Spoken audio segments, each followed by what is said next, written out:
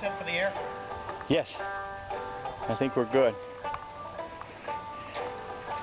Okay, this is just too funny. We're on the way home with our new Jeep. We pull in the rest area here and we come out, and while we were inside, this one is pulled up. Now, how far out is that? It's a dragster.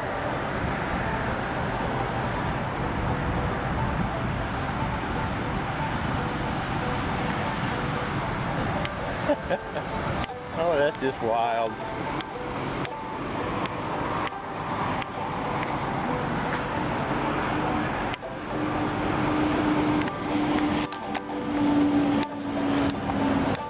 That's pretty far out, ain't it?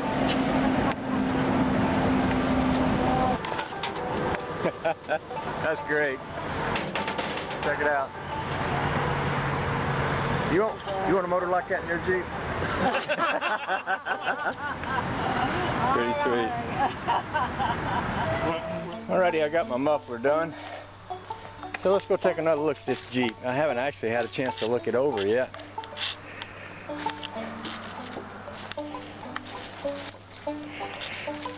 I'll tell you one thing. It's full of parts. Look at all this sheet metal. These are floorboard panels, fender panels. There's supposed to be a new dash in there somewhere. Looks like that's good galvanized metal there. There is no dash in it. He said the dash got rusty. Rusted so bad he took it out and he bought a new one. Hasn't put it back in, but all the switches and the gauges and everything are here. And I'm willing to bet all the handles and everything that go with it is in there. He said he put a new windshield on it. This is the kind of Jeep where the windshield folds down. I like that. I think it's cool. So, let's see what the motor looks like. Hadn't even had the hood up on it.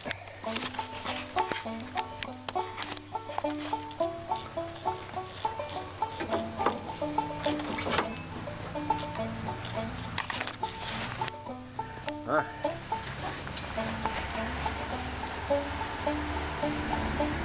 Looks pretty clean in there, don't it? Actually looks pretty good. Got a dual cylinder master cylinder. This has points and plugs rather than electronic. I kind of prefer that just because I'm familiar with them. I know how to make them work. Besides, when the big nuclear bomb blows up, it won't blow up the electrodes in my ignition system because I don't have any. Yeah, I like this. This is good. It's real good.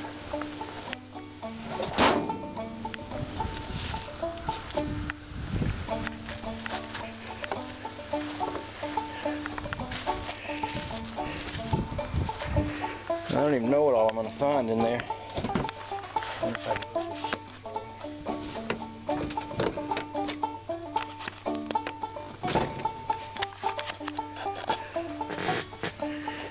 And there's a whole box full of goodies over there.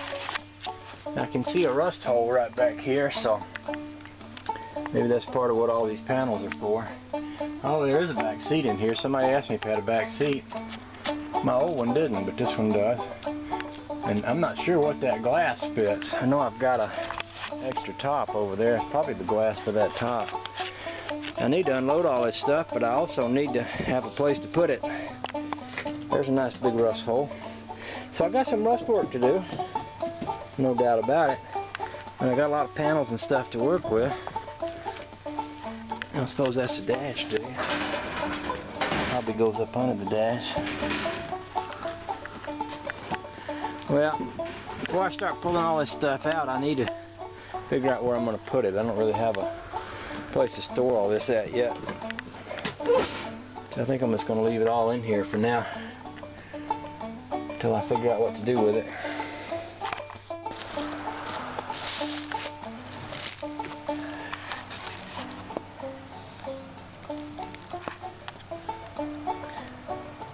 It's a pretty good spot to be resting in, ain't it, Zachy? It's a beautiful day, there's a nice breeze out here, life is good. We're pretty happy. He's not listening to me, he's going to sleep. I can tell because his eyes is closed. Oh well, I guess I didn't have anything that important to say. Guess it wouldn't hurt anything to take that Jeep for a drive. I haven't driven it any further than on the trailer and off the trailer. Well, it's got some good rubber on there, don't it? It's that's Lincoln's head plus some. Alright, so Hop up in here. I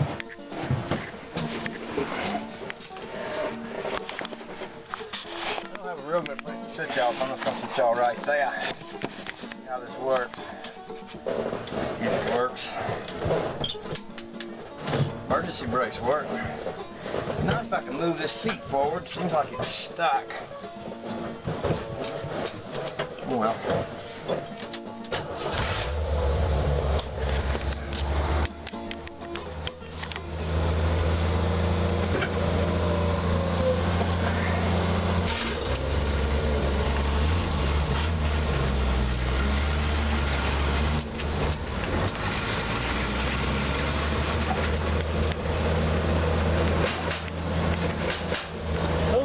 Play in the steering wheel there, I would say. Third gear, fourth gear, kind of lugging it. It's all right. Right fun to, ow! Noisy, ain't it? Right fun to drive.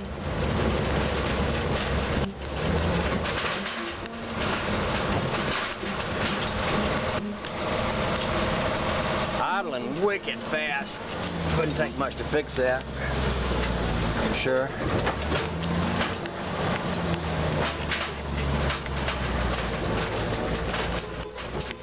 Pretty cool.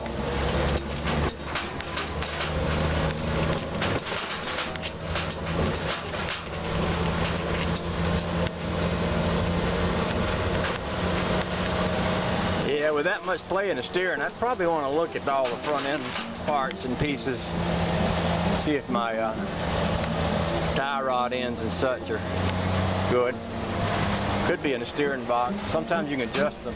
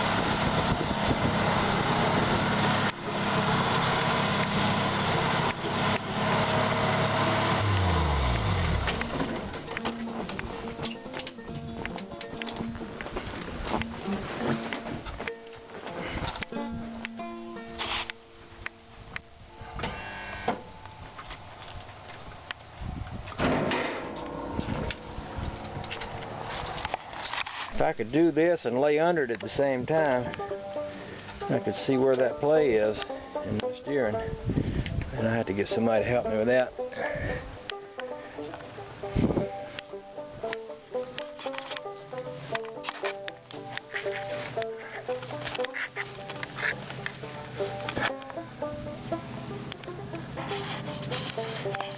The joints don't look awful. Might be in the steering box. I see an adjuster screw on it.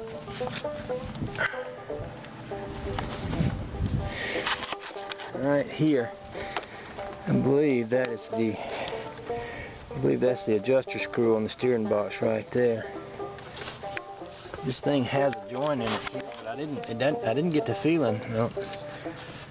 Let's see, I can wiggle that some right there. I don't see my. I don't know if y'all can see what I'm doing. I got my hand right here. I'm turning the steering shaft. I'm looking down at the steering rods, and they're not moving at all. So what that tells me is that the play that we have is in the box. And it may be adjustable. It may not. Boxes are replaceable. Cool vehicle. Cool vehicle. Alright, well, let's move on. I got other things to do. I still haven't unloaded the truck or this thing. I may clear me out some space upstairs there. I got a bunch of tires and things I don't need to be storing. And I might clear me out of space and just put all this stuff up there. Put it in a place where I can keep it in a good place and sort it out and figure out what's what. Probably want to put that hardtop back on it before winter too. Be nice to find the dash and put that back in there so that all these gauges and things that are hanging down wouldn't be hanging down. But I think I'll leave that be for now.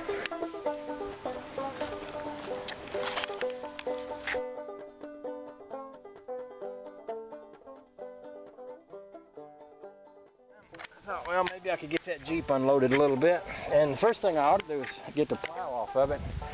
And I wasn't sure where to put the plow. And, geez, maybe I could set it right there.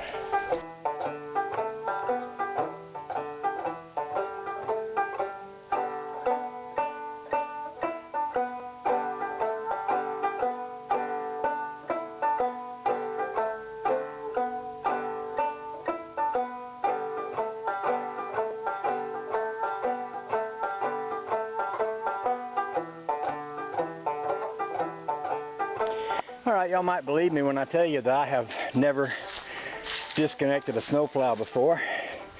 Thus, you probably noticed I kind of drug it across the yard because I forgot to disconnect the chain. But now I know how. Somebody asked me how the other day. Well, let's see. We got these two pins here. They go in those two little holders up in there. And they came out pretty easily. We got a hydraulic line right here. And this side goes down here, and that other side goes up there. And what I did was I plugged these two together just so they would be in a safe and secure place. And I think I'll do the same with these. I'll just ease that right in there. It's like a big, kind of like a big air compressor line.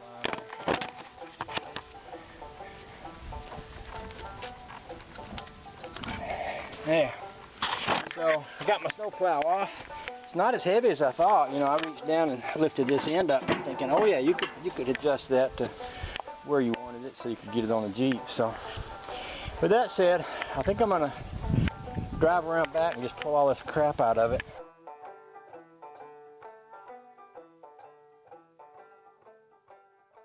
I think it would be fun to just drive this thing without the plow on there just to see what it feels like.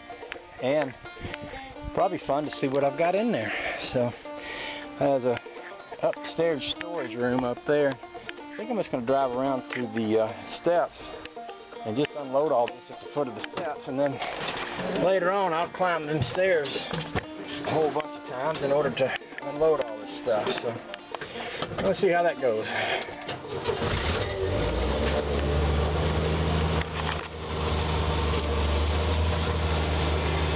Shifted this over into four-wheel drive low a while ago. That plow was so heavy, my front tires was spinning as I was going around.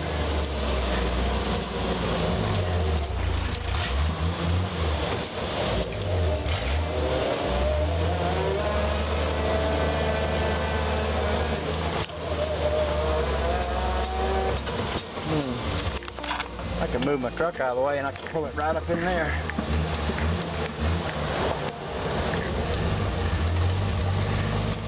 I'll do that.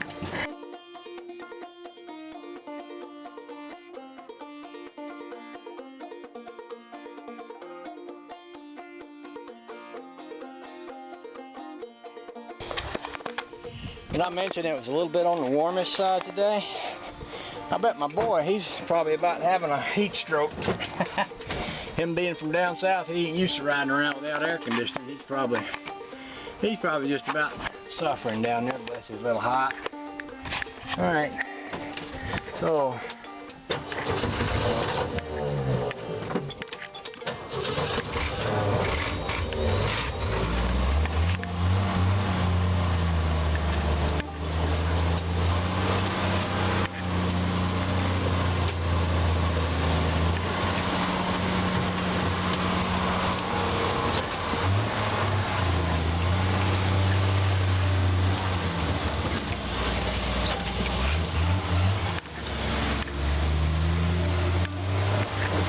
good spot.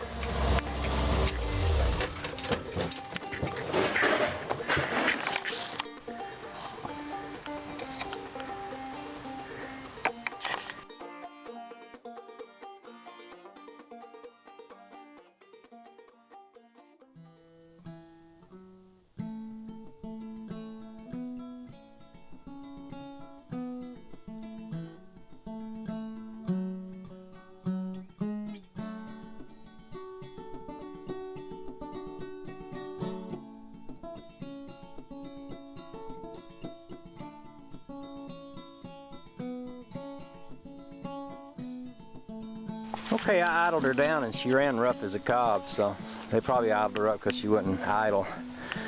These brake lines right here look real good. It has a leaky gasket, valve cover gasket. These things have plastic valve covers. I think my brother-in-law's got a truck that's got the same motor in it. And I think he's had a hard time getting his not to leak too, but it's got a leaky valve cover gasket. It's also got some back pressure from the engine. Probably the rings are right wore out. I didn't know what this thing's got on it for mileage. Take a look and see.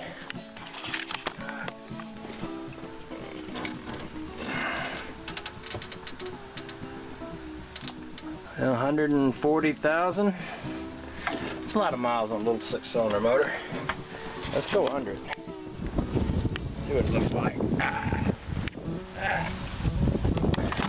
Nice big hole in the floor right there.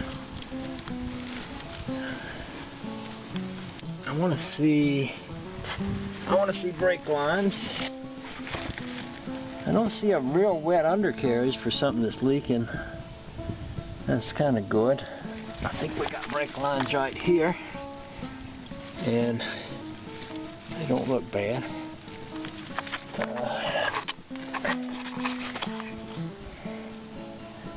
Yeah, no, they look a heck of a lot better than they look on that Ford. I see a hole in the floor over there and a hole over here.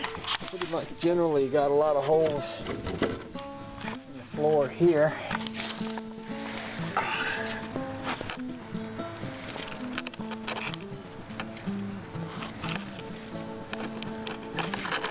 Frame looks good from this angle. I don't see anything bad about the frame, really. I don't see anything that's rusty looking or scary looking. Has disc brakes on the front.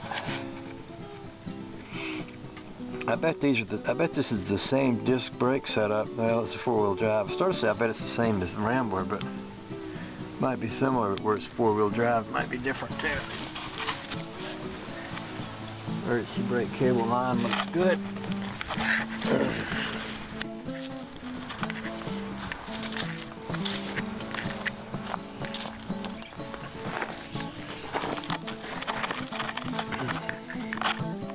Brake lines here look good.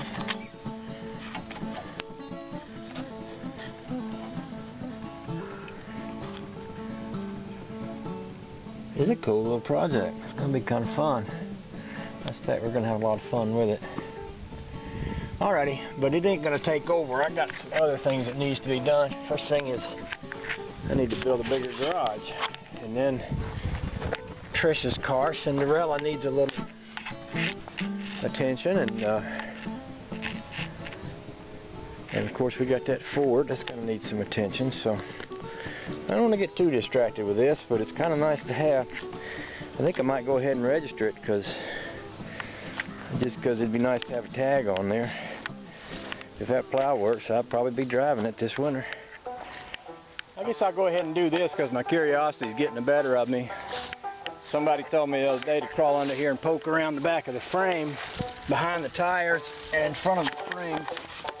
Because they said if the frame was going to be rusty, that was going to be the place. So I'm going to do that right now. Rusty right there. Looking good in here. Not rusty, not rusty.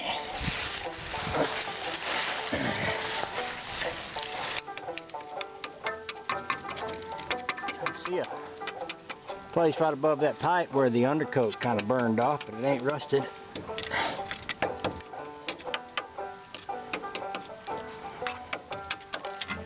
And I can see a soft spot right here.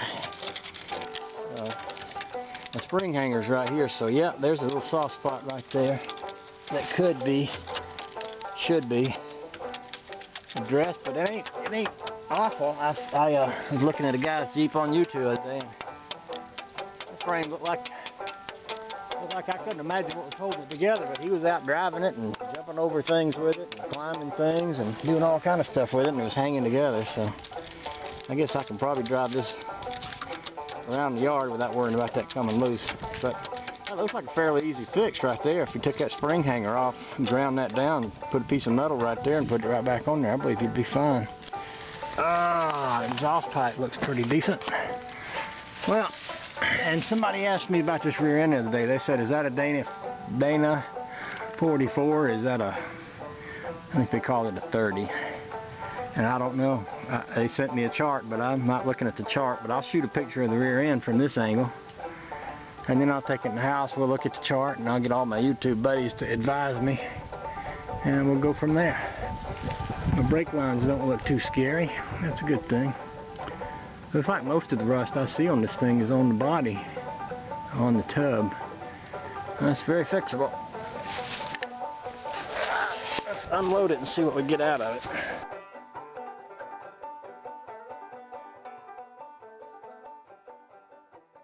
Well, it's been a pretty interesting day around here. I got all three of those cars inspected today.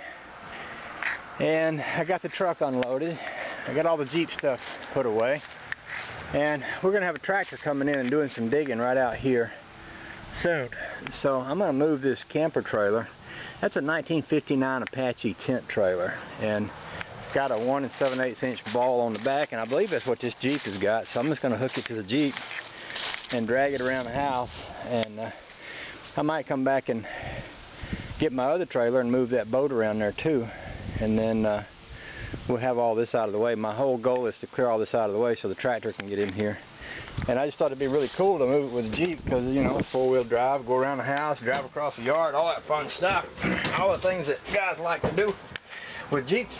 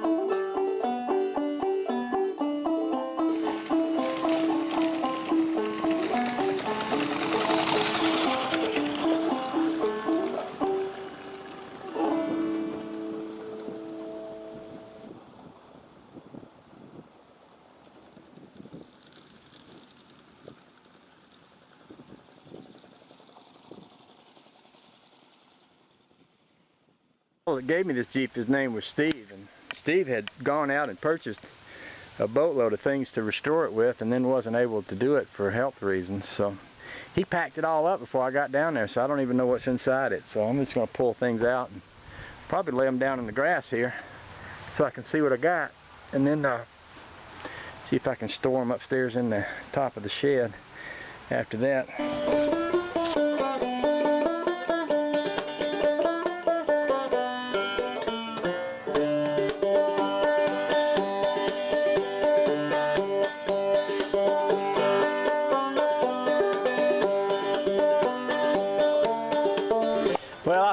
it like a kid. You know, when I was a kid, I used to build model cars, and of course you'd open up the box and you'd look at all the parts and you'd try to figure out how that all went back together. And of course you had a set of instructions.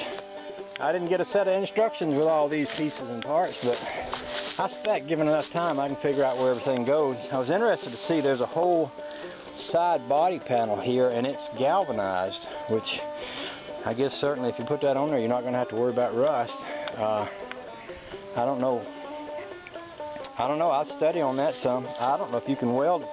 Some of y'all know, and Mike would know, whether you'd, I wonder if they made that kit to like put right over that old one, or to cut that old side panel off and replace it with that one. I wonder if that welds to regular metal. I ain't never welded. Well, I have welded galvanized a little. Mostly that was fence posts and stuff like that. So here we are. We got some rust holes up here and some rust holes up here and in there, and all in here and in the backs of here. I think I've got floor panels to replace this, because I was watching, there's a guy on YouTube, oh I wish I could think of his name, Bills to Max, that's his name, and he's doing a Jeep, and he was replacing these pieces here the other day, and I remember seeing how this lip goes across here. He was talking about how there's a support up under there that holds that seat belt, and he had cut his out and he was working around that support. I think what I'm going to do is go ahead and take this convertible top off, because to be honest with you, it ain't going to matter if it rains in this thing, because rainwater is just going to run through, and it ain't going to rust no worse than it is by getting a little rainwater on it. So I think I'm just going to take the roof right off it. That way I got everything wide open, and that way I can kind of look it all over and play with my patch panels and do all that fun stuff. And I guess the other thing I'm going to do is find a place up in the top of the garage where I can store all this stuff. We got a back seat, we got a back door window. I guess that goes with that hard top. Somebody asked me if this dash had the AMC sign on it, and I guess this goes up under the dash. There's a metal dash right there, and I'm looking at it and thinking that would be a nice addition. Oh, this seat ain't even bolted in, so I can pull it out. That would be a nice addition to get the dash back in there, so that I could get all them gauges that are pointing toward the floor up and pointing towards somebody. I believe that might, I thought that might be a radio, but I guess that's like some kind of a electronic box. Anyway, I'll sort it all out. I think I'll keep going and pop that roof off there, and then we'll play some more.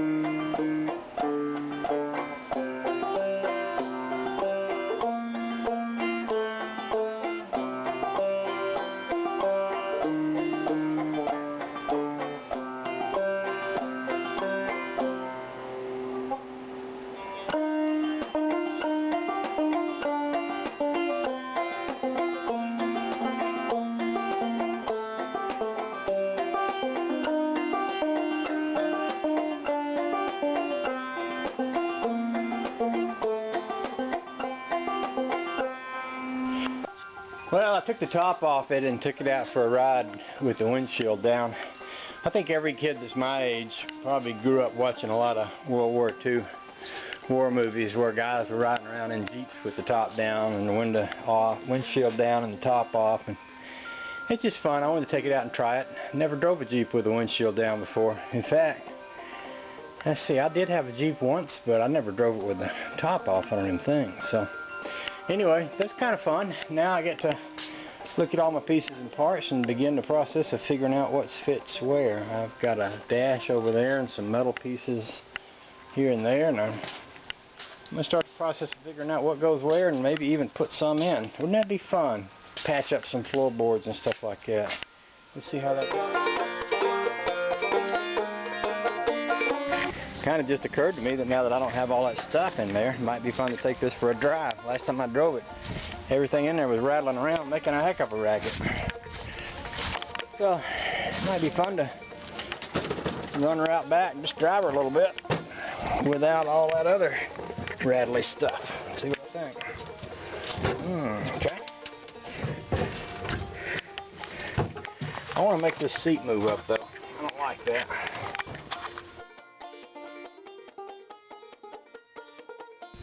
Well, I didn't get it loose, but I'm going to go for a drive anyway.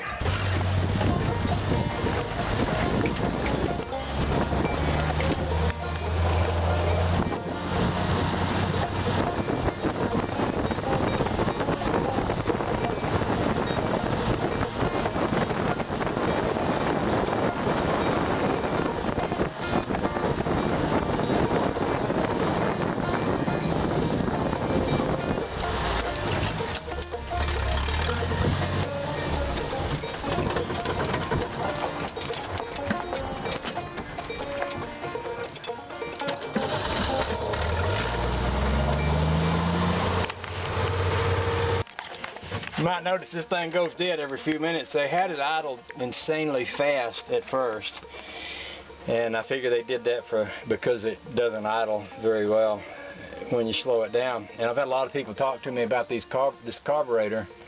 I got a brother-in-law that's got a truck with a motor like this, and he has some trouble with his carburetor. And I guess there's a lot of things you can do to get them straightened out, and I'm going to want to be doing all of that.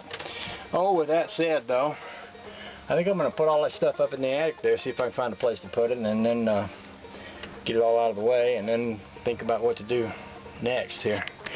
I guess, you know, to be honest with you, if I just got it all up out of the way, I'd at least be able to look at this thing and see where to start as far as fixing it goes. Nice thing about YouTube, there's a lot of people out there that does this stuff and is doing this stuff. So, probably no shortage of people who will and can advise me. This stupid seat is stuck, and it's... My other Rambler used to do the same thing. It's stuck on one side. It won't release on that side over there. And I was looking at the little bar, and I don't know if it's something I can prise on or what. But it'll release on one side and not on the other. So, and that's annoying because I'm a short-legged little sucker, and I can't... I don't like having to reach that far for the pedals. But this at least gives me a good view of the ground. And you know, when you're driving along, you look down, you're riding something that ain't even a whole bucket anyway, and you look down and you see the ground there. It's like, oh yeah, it makes you feel extra secure, you know. Oh, that's what that piece of metal is, I think, is this back part back here. Is it? Yeah, that piece, that long piece right there is a replacement for this piece right here. Now, it looks to me like if you cut these out, you'd have to retain the supports that are up under them, and some of them don't have much up under them for support.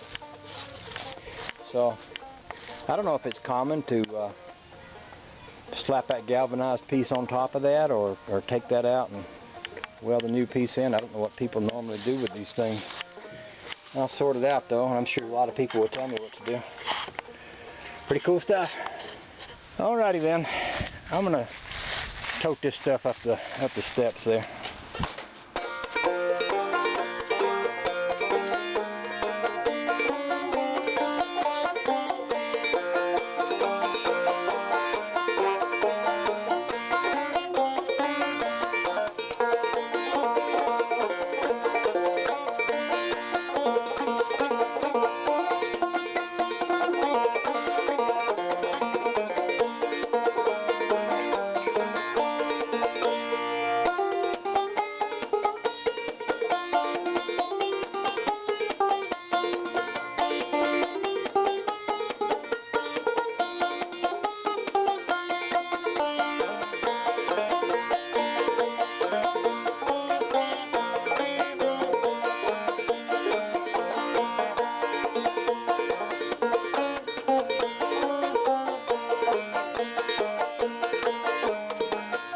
Alrighty, I'm going to quit for the day. I got the Jeep unloaded. I got all the junk that was in it up there. I still got this stuff to unload. So it's getting kind of late, and I'm going to knock off basically the roll bar, the roof, 2 doors, and various and sundry other things. I just had someone come and talk to me about digging out the dirt from my shed extension over here, so that got me sidetracked. And so that's why I didn't get any more done. And I was talking about pulling the roof off of that Jeep, but you know, no real reason to right now. I'm not working on it. At least it'll keep the seat dry. So I'm just going to leave it there. And she looks good empty. She looks like she's ready to be fixed. I can totally deal with that. I wonder how thick this metal is. You know, I was looking at that galvanized stuff and I was thinking it looked too thin, but maybe this just isn't made out of real thick metal to start with, so maybe it's not much of a big deal. I don't know. I'll sort it out as I go.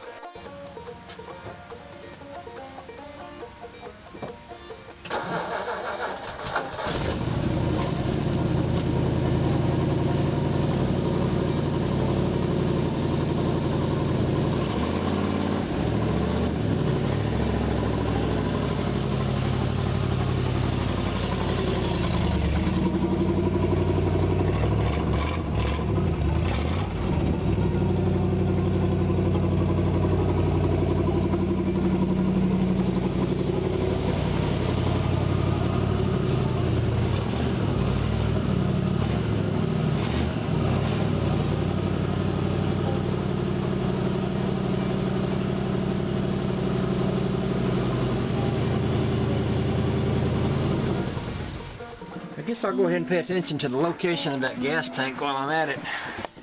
There's the gas tank back there. Here's the hole that I need to weld up. I got a good bit of space between that hole and that gas tank. What I might do is take me a metal shield and just slide it up in here and position it in such a way where sparks won't get to it, and then I can go ahead and cut that out and weld a piece back in there. And as long as I don't set one of these gas lines on fire or something like that, I should be okay. That's a brake line.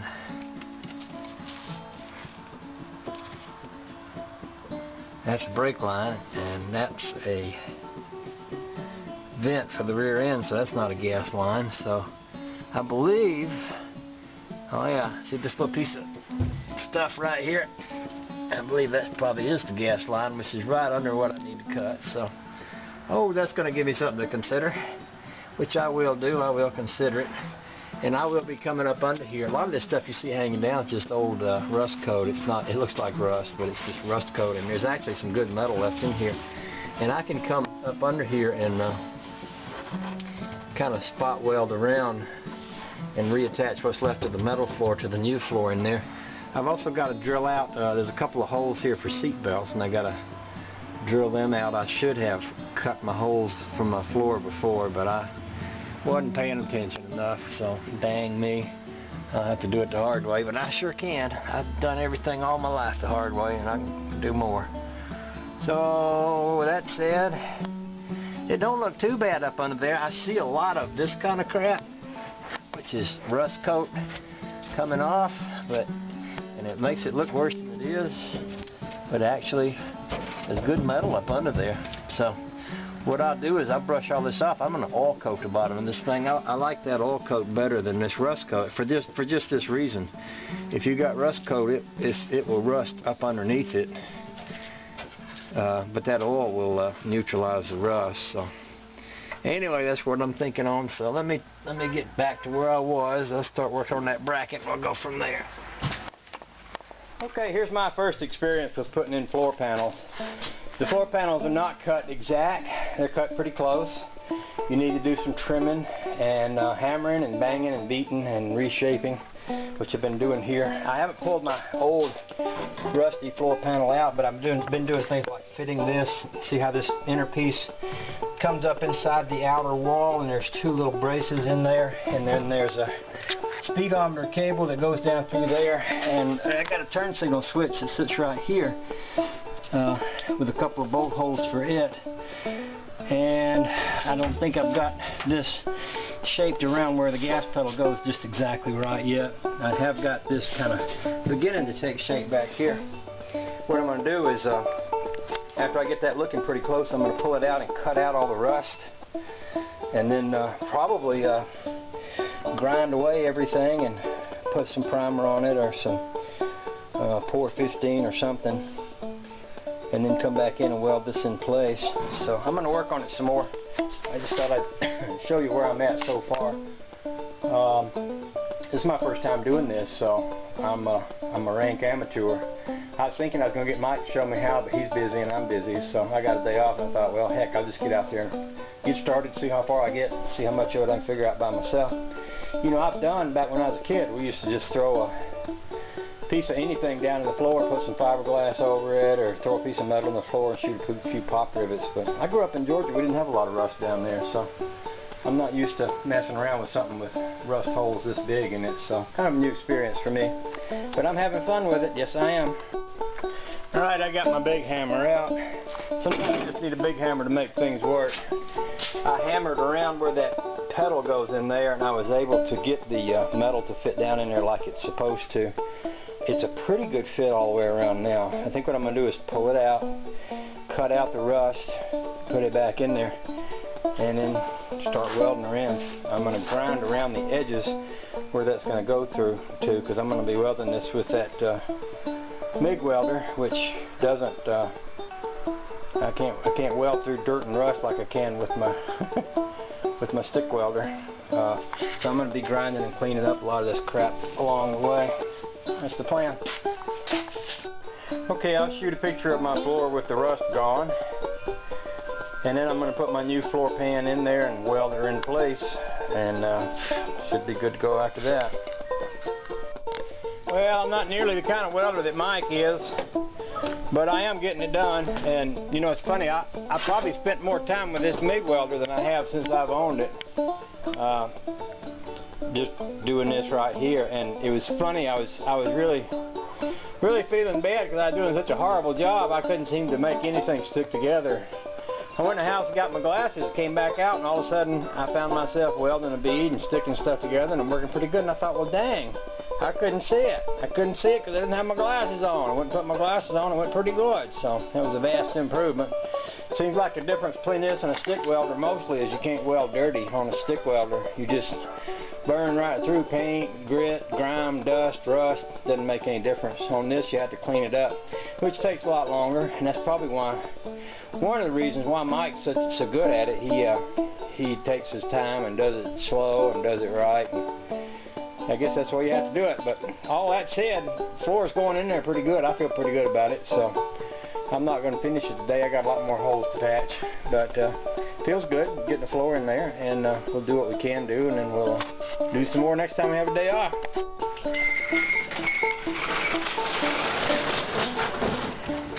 Zachy, I'm going to call it quits for the day. Is that okay with you? Okay. If it's okay with you, I will. I'm just going to leave the Jeep sitting out here without the roof on it, because next time I have a day off, I'll get it back in there and we'll weld in some more patch panels.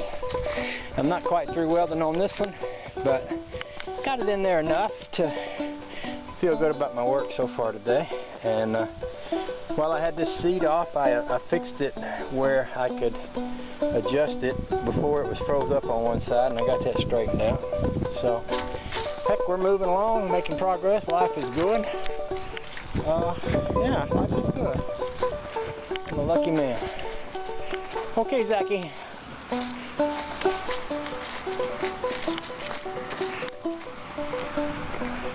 So I think I'm going to go in and take a shower and call it a day. What do you think? You think that's a good plan? You okay with it? You're so cute, you know that? You look like Zachy the super dog, you know that? You are Zachy the super dog. Yes, you are. Okay, let's go in. Whee. I hear the saw running. You know what that means, don't you? That means Honey Baby's in there messing around with the power tools. Oh, just look at her go.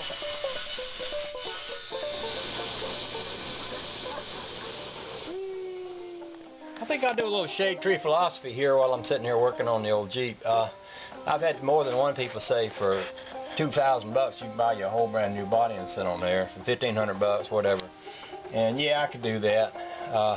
I built this whole garage. This garage used to be the summer kitchen on the back of the old scale house, 2 houses over there, and they were going to tear it down. And they said they'd give it to me, and I jacked it up and put it on skids and drug it over here, poured a concrete floor, insulated it, and put 2 garage doors in it. I got $1,500 in this whole building. I got $1,000 in that addition back there, and $500 worth of that was for the tin roof. So, you know, for me, $1,500, a couple $1,000 to build me, I could whoop together a pretty good sized garage, or a good sized garage extension for that much money. And on top of that, I like doing this work. There's some work I like to do, and there's some I don't. I don't like to drill out bolts that have broke off in a motor. I paid a guy, oh Lord, I paid a guy $90 to drill out some bolts out of that Cadillac motor just because I didn't want to do it myself. And that's a tedious job and a pain in the neck, and I just don't, you know, there's just some things you don't like to do. So there's some things that I'll pay somebody just because I don't like doing them, but this ain't one of them. For me, fixing this, fabricating this, putting this all back together, making it nice, doing it myself, so that when I get through and I drive down the road, I'll just be able to think about, yeah, I remember putting that frame mount in there, I remember putting that floor in there, I remember putting them new panels on there, and it'll just make me feel happy. And that's pretty much, you know, I mean, what else we got to live for in life except for whatever makes us feel happy. So that's my 2 cents worth. You can spend it any way you want. Y'all have a nice day.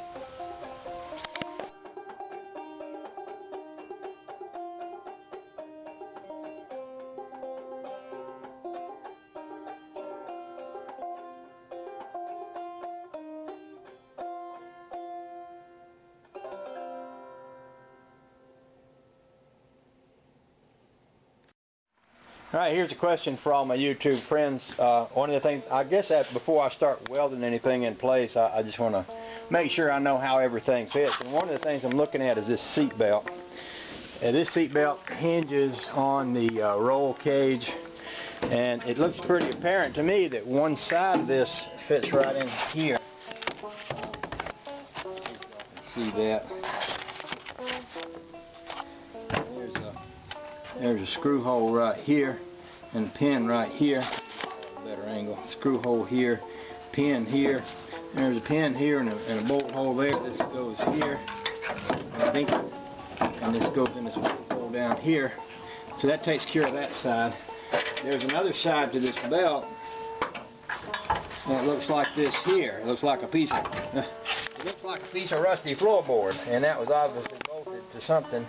And I'm thinking, my first thought was it was probably bolted to the same place where this roll cage bolts to. But then what got me thinking about it was, well, if it was, why am I holding this piece of rusty floorboard? Because if it was bolted to that, that would still be bolted to it. Unless one side was on that, maybe the other side was out here somewhere. But it doesn't match here, and it doesn't match back there anywhere. It probably came from somewhere down here. If anybody wants to advise me where the other end of the seat belt bolts up, I could probably just bolt it. When I do put that in, I could probably just put it right there, but I just want to make sure I know the right place to put it before I weld up anything and make it permanent that I'll regret later on. Over there, my bolt from my seat belt is broke off in the hole. So what I'll probably do is, since I don't have a torch, I'll probably get my welder and see if I can weld a bolt to the tip of that and then turn it out. Usually a combination of the heat and everything will allow me to get it out. So I might work on that sooner rather than later, just because I know that's something that I'm going to want. My other seat belt holes go under the floor here. I made the mistake of not punching them out before I put this in here, so I'm going to crawl up under there with a screwdriver and poke a hole up through there, and then take me something and make a little hole so I can get my other seat belts back in place. So I'll shut up and try to get a little. I'll show y'all how to make a hole in sheet metal. If you look right here, what you're looking at is the head of a screwdriver. I crawled up under this baby, took me a hammer, stuck that screwdriver up through the old bolt hole, and basically drove it through the floor. And then what I'm going to do now is I'm going to get me a little straight-headed screwdriver like this one here with a fine tip, and I'm going to come up under this at this here kind of angle, and I'm going to tap on that with a hammer until I spread this metal out in 4 directions. Then I'll bend it back with a pair of pliers. That will remake my hole there for me to get my little seatbelt thingies down into, which I got right here. That's there's a threaded bolt up under the floor there that's mounted to the frame. It's good and firm. I forgot to make the hole like I did for these seats. I made a little hole, so I'll do it this way. And The reason I'm showing you this is it seems pretty simple, but a lot of people don't realize when you're working with sheet metal. I do the same thing when I'm making a gas can banjo. If I want a hole, I just drive a hole through it with a screwdriver. But we have literally peeled the whole body off of a race car before with nothing more than a hammer and a screwdriver, and put a new body back on there. We used to put a fresh body on a race car every year. We'd get out there with a hammer and screwdriver, and we'd chip the old body off. We'd put a new one back on. You can cut sheet metal with something as simple as a straight-headed screwdriver. And if you wear the tip off, you just get it over here on your grinder, grind it up again, and go back to work. Pretty simple stuff.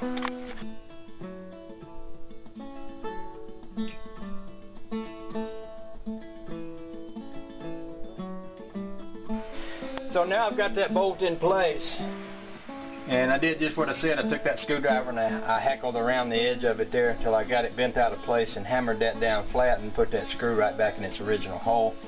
I will do the same thing right here. And you know, sometimes these little things are really what makes a project like this make sense. I mean, it's real easy to rip out a big piece of sheet metal and weld in a big piece because it looks big and fun and exciting. You get a lot done and you can look at it and say, wow, I did that. But all these little things, like making sure all the bolt holes are in the right place, getting this broke off bolt out of here, all this kind of stuff, that takes time, but it's what actually makes the work work. And so that's kind of what I'm doing today, I guess. One of the things I've noticed about Mike's an exceptional welder, but one of the reasons he's an exceptional welder is because he's got patience. He'll start working on something, and he'll spend a long time fabricating it and getting it just right, and then weld it in place, and it fits perfectly. It welds in beautifully. It looks great. And you know, I'm not that patient. I'll try to sling something together and throw it on there, and 9 times out of 10 I can't get it to work right. And the only problem is I didn't spend enough time figuring out what I was doing in the first place. So there's a lot to be said for patience. That said, I'll shut up now and get back to work.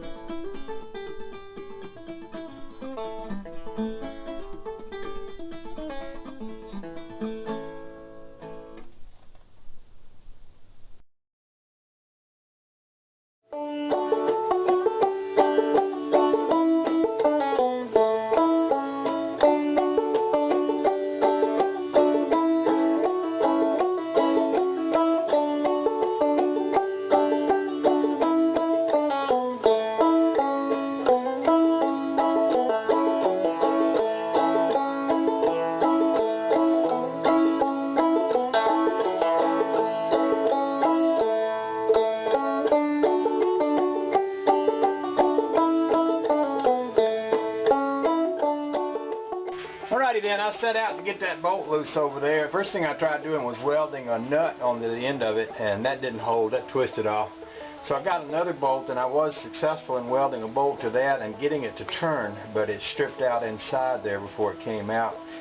So what I wound up doing is just taking my grinder and cutting it off. And what I will do is I'm going to re-brace that to the floor once I get all the stuff figured out as far as where the motor mount, the roll bar and everything goes. So when I do, I'll also build a bolt into that that will allow me to have a place to hook my seat belt. That's sort of the plan anyway. That's the way we're going with it.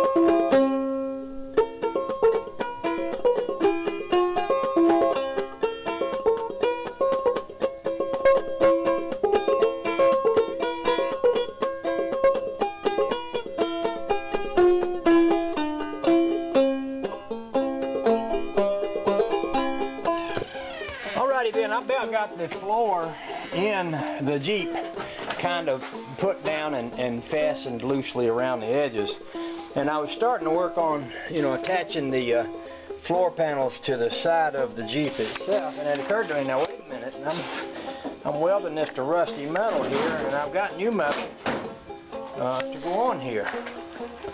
That's the front part. Where did I put that? Here it is, right here. So I got to thinking, well, I need to stop and think about what I'm doing here, because see, I got this whole patch panel here that it's going to hang that up there that I can replace that with. And when I was thinking, well, do I want to use that? I want to patch up this old one, but I'm looking at this old one and thinking, that's pretty dang rough. I mean, got rust holes here and here and here and here and here and all down in here. I pulled that out to attach the floor, you know, and I'm thinking, well, maybe I ought to just stop right here and go back and cut this out and put the new one in. So that's going to require some serious thinking, because I got to think on how I want to do this and all. Oh, the other thing I'm going to do is I'm going to brace this up. I'm going to make these some little braces. See, these things originally they kind of weld in down there at the floor, and that supports the body here, and that's something that needs to be addressed too. So I'm gonna think on all these things and figure out how I want to go about this in the best possible way before I do anything else. I'm thinking that it will mean disconnecting this from back here. But sure can be done. Sure can be done. Yep, sure can be done. Alright, so that means I'm going to stop. I'm going to stop for the moment and consider my actions, and then come back. I might do a little welding right over. I can see a spot right over there. It needs a little more touching together. There's a lot of welding that's going to be done in here eventually, but sometimes you just have to stop and think about what you're doing before you do it. So this is a good time to stop and think. It's just what I'm going to do.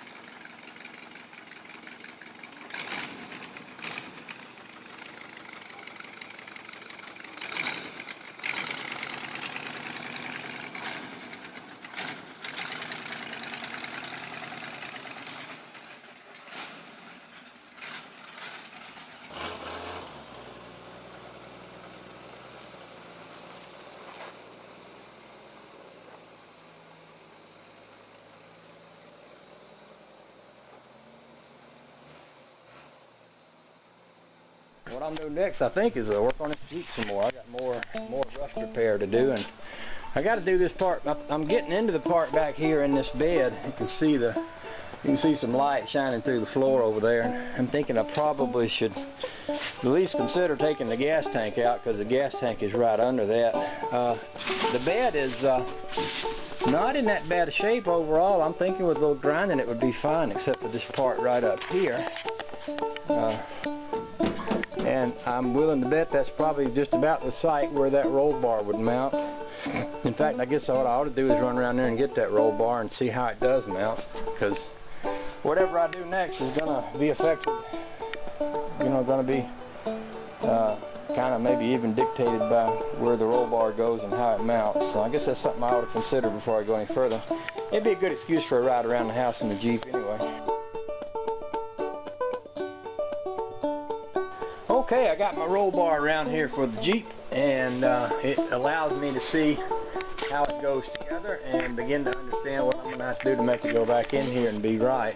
The back part falls right here where these big rust holes are, and one of the connectors is gone. There is one here that's still in place, but this one over here is still connected to the roll bar. It used to be attached up under here. Up in the front over here, you see this attaches through the floor and back through the back plate there. Well, let's take a look at what we got there. What we got there is a rusty old piece of metal, which is where all of that stuff used to be. But what's good about it is that I have a mounting bracket right here on my frame, and I should be able to take this off and then make a bracket that will bolt to this, and it will come over here, a good sized piece of iron, and fabricate that in such a way so that I can bolt that there and come up under here with it, put some bolts down through and bolt this down there. I'll put more rubber up under here to cushion the body. Originally this served to hold the body and the roll bar and everything mounted to the frame, and I'm sure the body's mounted up front and back in the back there, but this part in the middle was rusted away, and when I put the new floor in, I cut out a good bit of the rusty stuff, but I also left some of that bracing stuff kind of to give me a guide as to what I was going to need to do to fix. And now that I'm under here and I'm looking at it, I'm thinking, okay, I see it all now. It's becoming right clear to me. So my next project, I suppose, should be and would be and will be to get this out. Might as well go ahead and get on the floor and get up under here. Yeah. Get this bolt in there, and y'all all pray to the good Lord that baby will come out, which it probably won't, but I get that bolt out, I got biscuits galore. I got more biscuits, rubber biscuits saved up. Yeah, see, here's a mounting bracket, and there's a mounting bracket up there, and I'm sure there's going to be one on the back. So I guess it would be a good day's work if I started right now refabricating this bracket. What I can also do is what's left of the metal in this old brace here, I can reattach it when I rebuild that bracket there, so that I will once again have a place for that to mount to the body. So with that said, I'll get out my air wrench and I'll go to work on this bolt and see if it'll come out, and if it does, we'll sing praises and hallelujah and go from there. Okay, I got that bolt out pretty easily. I put my little air wrench on there and spun her right out. So here's the bolt, and here's what it was mounted to. And you know, that's not all that thick metal. I mean, I'm pretty darn sure I can fabricate up something stronger than that. And it left my little biscuit pads in good shape here, so I got a nice point to work from there. I believe that, you know, fabricating me up a new support up under here and all, is going to be good work. I'm going to enjoy that. Before I get too into it, though, I'm going to go over to the other side and see if that other side will pop loose like that, too, if it will. If it will, then we'll just celebrate and get to work here. Alrighty then, I got this other side out, and it came out, well, it didn't come out at all. It came apart, but still got it off of there, so that's all that matters. You know, even as I'm looking at that, at all of this, I'm realizing that a lot of y'all just can't see the beauty of my work. You're probably looking at this and saying, ooh, I would have done it this way, and I would have done it that way. But before I get through with this, you're just going to be all in awe and amazed at what I have accomplished here. Just trust me on that one, okay? Y'all have a nice day.